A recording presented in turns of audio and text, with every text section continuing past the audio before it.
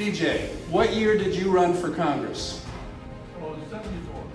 Think of that. We've got somebody here that ran for Congress in 1974 that's been involved in the federal issues. Let's give him a hand for being off the couch.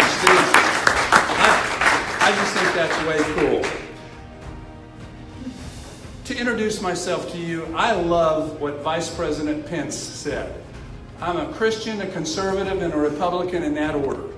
That's who I am. I'm a husband, I'm a father, I'm a grandfather. I'm honored to be a veteran. I was a captain in the United States Air Force. I'm a full-time business owner, dentist. In other words, I'm one of us. I'm no different than anybody in this room. I care about my country. I care about what we're leaving for future generations. What separates me from some of you and my competitors, I guess we'll call them, is I have a record of service. I have chosen to serve my community. Like many of you, I was president of Kiwanis and president of my dental association, but I was also the mayor of Ormond Beach and a state representative. And all that says to you is I have a record where you can check my voting record.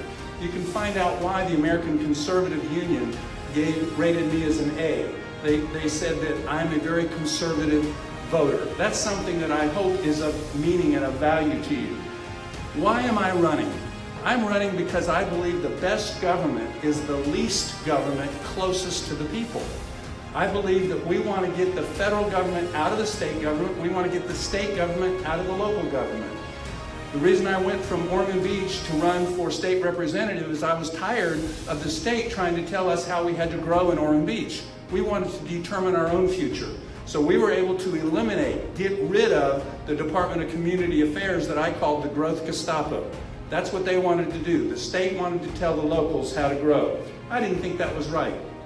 I believe everybody in this room, and I appreciate that you went over your values and your mission statement. I mean, all of us, I believe in personal responsibility, individual liberty, free markets, strong defense. We're all part of that. In other words, I'm one of you. I believe the same things you believe. So what you need to think about is why should you support Fred versus some of the other people in the race? Well, like I said, we have shared values. I think some of the other candidates probably share most of those same values. But how do you know what I'm going to do when I get to Washington? Because you know what I did in Tallahassee. And I'm going to tell you a couple things that you might not know about what I did when I was in Tallahassee.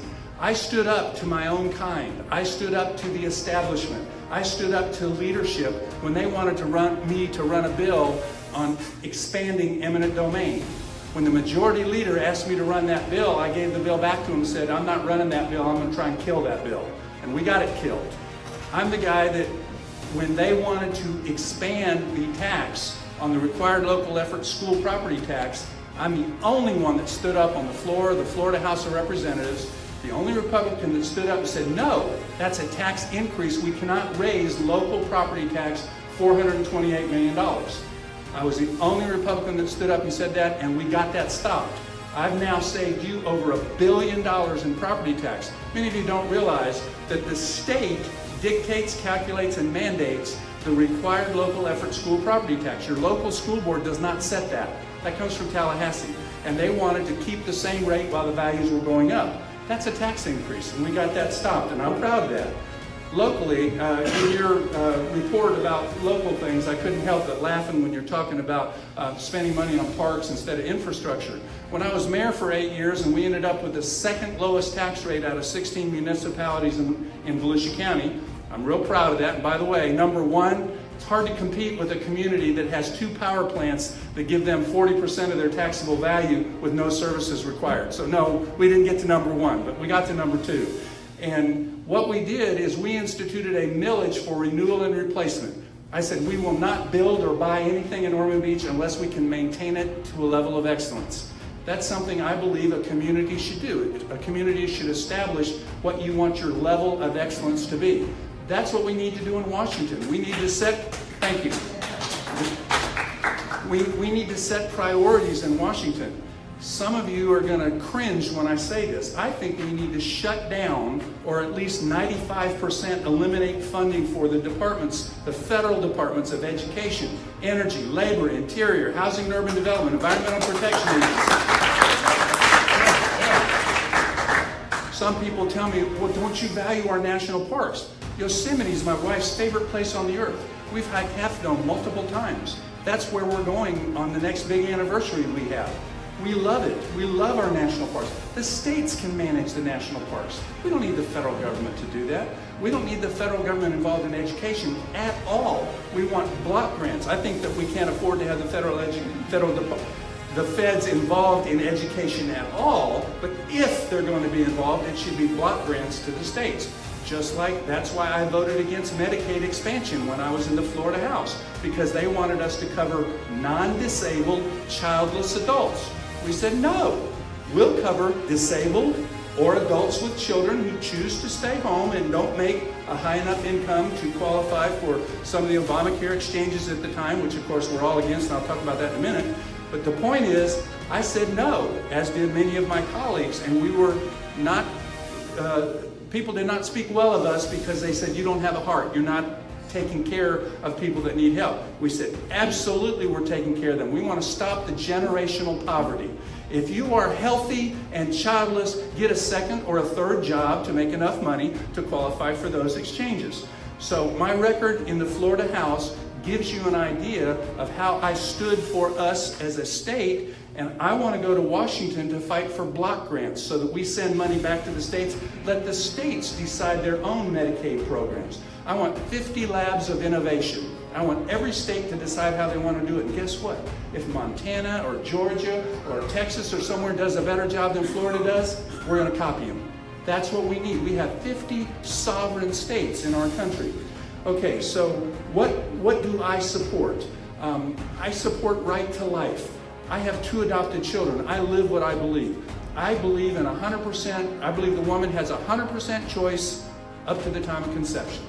After conception, it's 100% either life or death. So when I was running against a woman for state representative, she was horrified when I said, well, basically I'm pro-life and you're pro-death. And she says, oh, no, I'm not, I'm pro-choice. I said, well, that means that death is an option for that. Oh, it's not a baby yet. I said, after conception, it's a baby. I have 2 adopted children. I live that. Right to self-defense. You know, the Second Amendment, let's agree it's about liberty. It's not about guns. It's about liberty. It's about being prepared to go against a government gone amok. And that's what we need the Second Amendment for. I'm an A-rated life member of the NRA. I believe that we have that right to self-defense. We've got to roll back the deep state in Washington. That's a catchphrase that I hate to use, but I don't know a better way to say it. What that means to me, and if it means something different to you, please share. What that means to me is I'm tired of the bureaucrats and the lobbyists and the entrenched electeds trying to run the place, trying to tell people, oh no, we'll just wait you out, we're not going to do it that way. We need people with the guts to go against their own kind. When the majority leader told me to run a bill and I said no, that wasn't good. When the governor found out that I'm the one that got the $428 million stopped and he didn't get the $250 million for Enterprise Florida, he vetoed all 6 of my projects that I had in the budget. That's what happens in politics, folks. Okay, so what do I want to do in Washington? And then I'll wrap up and let you ask some questions. I don't want to hold you too long. The first thing, and by the way, there's DJ's back there. I just want you to see that's number 1 on my notes here. He talked about the Constitution. The local government, it's about values that the community wants. If the community wants all the parks and all the bike trails and all the amenities, you got to pay for them. Community values dictate how much your taxes are locally. The state, it's all about the budget. It's how much money do you have if you want to do whatever for the state. The federal government, it's the Constitution, period. So what I want to do is get back to the Judeo-Christian values upon which our Constitution was founded. Yes, we need to teach them, but we need to live them also. And what we need to do, as I said, we need to cut some federal departments, get those things back to the states, and remember that the Constitution, if it doesn't authorize the federal government to do that, get the federal government out of it. Number 2, we need to restrict the federal government financially. We've got to prioritize. You're all, I need to say when, not if, when I get to Washington, I'm going to cut programs that you like. I'm going to cut funding to something that you want. because we don't have the money. We're $21 trillion in debt. So I believe that we've got to cut the annual budget deficit by $100 billion a year. In other words, I can't imagine voting for a budget that doesn't diminish the annual budget deficit every year by $100 billion compared to the year prior. I'm not smart enough to figure out where to cut $1 trillion. If we're $1 trillion annual budget deficit this year, I don't know how to cut $1 trillion. But I can figure out how to cut at least $100 billion every year to get that to go down. Third thing, I want to make sure that our national security is the strongest in the world. That's the federal government's #1 priority. There are people in this race that will try and tell you should vote for them because they're a national security expert. There are other veterans. I honor every single veteran. I honor my competitors who are veterans. It was my great honor to be a captain in the Air Force. But I'm just going to ask you in your own mind, how many of you think that any security expert would have said that President Trump is going to recognize Jerusalem as the capital of Israel, which I'm 100% glad he did? How many think that some security expert would have predicted that?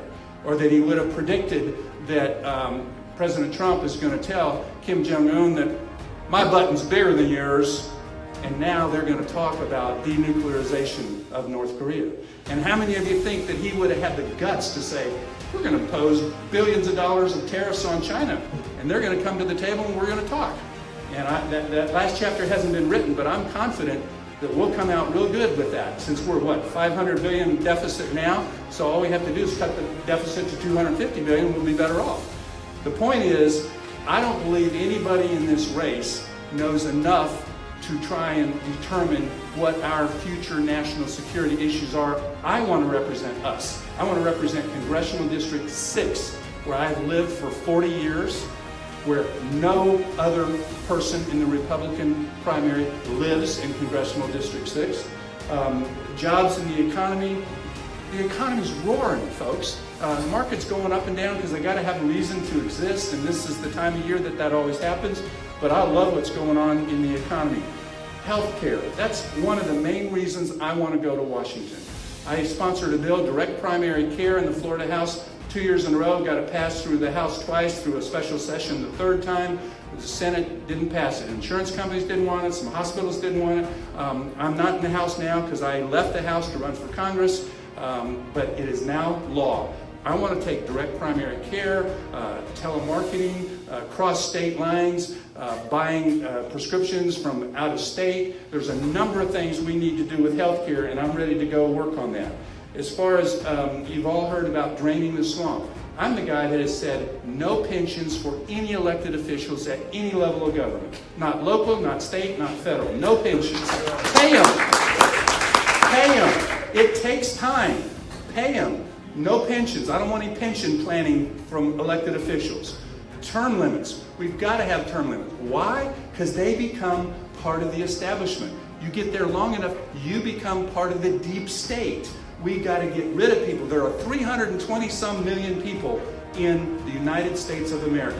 There are more than 535 people smart enough to be up there. 435 U.S. representatives and 100 senators. So if there are more than 535 people smart enough to be there, let's have some rotation where people go up there with their ideas and their passion, and then they come home. The bottom line is my record shows that I stand for us. You can check my record.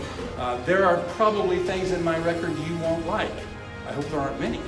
But if you agree with 95% of what I did, I hope you'll support me, because I care about us. I don't care about looking at it. There is no future job for me. I will serve 8 years maximum. If I am elected, when I'm elected, I will serve 8 years maximum.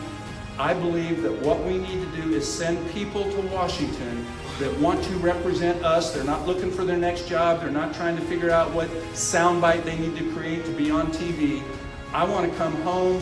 I will be at the same community events I've been to for the last 40 years. You'll see me in Publix. You'll see me over here. We were at the skeet shoot. Was it last Saturday or a week ago?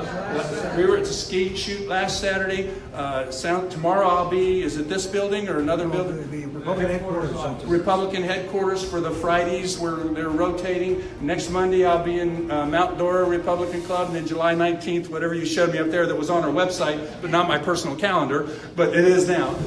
Point is, I want to represent us. I don't want to be somebody. I've been very successful in my dental career. I was president of Florida Academy of Cosmetic Dentistry, blah, blah, blah. I want to do something. I need your help to do something. My opponents have lots of money, fundraisers up with lobbyists in Washington, and they just got a lot of money. I have volunteers. I need volunteers. I need you. Go to fredforus.com and thank you. .org.com. Either way, I'll get you there. Actually, Fred for Us with the number 4. So.